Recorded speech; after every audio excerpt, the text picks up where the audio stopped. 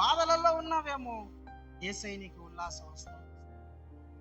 ఎవరికి చెప్పుకోలేని పరిస్థితుల మధ్య నీ ఆత్మీయ ప్రయాణం కానీ, కుటుంబం కానీ, లేకపోతే నీ సంసార జీవితం కానీ ప్రయాణం అవుతుందేమో, దుఃఖాలు, ఏడుపు, కన్నీటి మధ్య ఉన్నవేమో, యేసయ్య నీకు ఉల్లాస వస్త్రాన్ని ఇస్తాడు. ఎవరికి చెప్పుకోలేక, బాధ అనుభవించలేక, ఎవరికి చెప్తే నన్ను అవమానపరుస్తారు, తప్పు చేసి మాట్లాడతారు, రకరకాలుగా అనుకుంటున్నారు. ఎవరికి చెప్పినా నా బాధ అర్థం చేసుకోవడంలే, ఎవరికి చెప్తే నా బాధ అర్థం అవుతుందండి, నువ్వు మదన పడతానేమో. నీ బాధను వినే ఆయన ఒక ఆయన.